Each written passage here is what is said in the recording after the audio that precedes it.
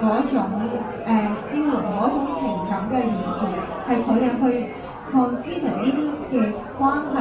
嘅時候最重要嘅 elements 咯。咁所以都會見到係確實係對於乜嘢為之關係，乜嘢為之伴侶同埋家庭都係有相共鳴嘅。咁呢個都係覺得其實係需要喺制度層面或者喺我哋講呢啲議題嘅時候需要再有多啲嘅。Yumi， 其實喺聽到呢度咧，見到兩個報告嘅分享咧，佢哋都分享咗一啲共通點，就係見到我哋而家想象嘅嗰個伴侶嗰個框架係越嚟越廣，佢要涵蓋嘅範圍並唔係單一性，係覺得我要有即係一個愛情啦，我要有濃厚嘅浪漫氣氛啦，或者係我甚至即係所謂生兒育女或者性行為呢個部分都不視為必須嘅一個部分。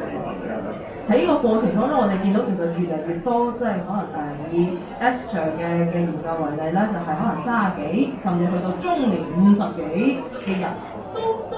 即係用自己嘅回應去回應呢個調查，就係發現咦其實照顧對方或者係喺個照顧對方嘅過程當中中間嘅情緒價值嗰個心理支援係大於頭先前面我講嗰啲好即係刻板印象式嘅嗰啲意思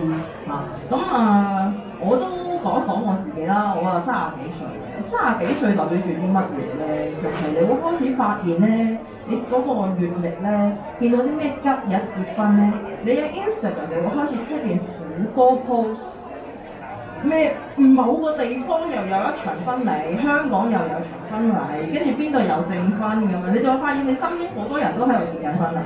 而佢哋咧通常咧就會開始咧就有啲典型嘅婚禮模式，就可能係即係一男一女啦，然後雙方家長啦，然後就即係去講下佢哋相識嘅片段啦，講下有幾浪漫啦。原來佢哋嘅拍拖嘅過程係即係充滿住愛情，充滿住粉紅泡泡嘅咁樣。跟住之後佢就進入咗佢哋即係雙方家長發言啦、食飯啦，跟住就即係玩遊戲啊，跟住就一場好典型婚禮就會係咁樣結束。咁作為一個已婚人士嚟講咧，我係完全離經叛道地就冇做呢啲部分啦。即係相識過程，我覺得我係唔需要俾人知㗎啦。即係其實最重要係我用自己嘅例子去想分享一個概念，就係一個親密嘅關係，一個伴侶嘅關係。其實你同你嘅伴侶或者伴侶們最重要想揾到嘅部分就係一個互相嘅支持啦，中間牽涉嘅嗰啲成分要幾多嘅性與浪漫嘅部分或者係即係你對於一個你同你伴侶未來嘅追求嘅想法，是否真係要有一個即係婚姻嘅關係，或者係一個即係註冊嘅關係都好，都係一個好 custom made 好個人式嘅一個選擇。而愛框不住，正就呼應咗一個話題，就係呢一個框架由自己去定義啦。咁去到呢度，我想問下一啲即係 background story 咁喺兩位代表嘅組織做緊一啲嘅即係呢啲嘅研究嘅時候啦，咁你會接觸到可能一啲被訪者，或者可能接觸到一啲數字，可唔可以分享下喺個調查嘅當中咧，有啲乜嘢嘅 case story， 或者係一啲嘅過程咧，想分享俾在座嘅參與者聽下嘅？因為其實咧比較深虛嚟講，我哋主要係做咗一次焦點訪談。焦點訪談咧比較上係問多啲大家佢對於兩性關係嘅睇法同埋嗰個責任係乜嘢。如果係另一個比較完整嘅故事，但係我哋喺問卷當中咧，我哋見到其實有好多嘅 narrative 係好平常，或者其實係譬如我印象好深刻嘅係有個人淨係寫咗4個字，就係一屋2人3餐4個，而嗰樣嘢係一個你可能係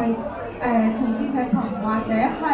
無論咩社群都好，其實都可能係佢哋相關係嘅構成。而有陣時候我哋好想去分究竟無性戀想像緊啲乜嘢，無浪漫嘅人想係啲乜嘢，而其實我哋嗰種感覺係其實大家想像緊嘅，或者大家想要嘅係一種互相照顧、互相生活嘅空間。而呢一樣嘢係我哋只係諗點樣可以擴大到呢個空間，令到大家都諗到。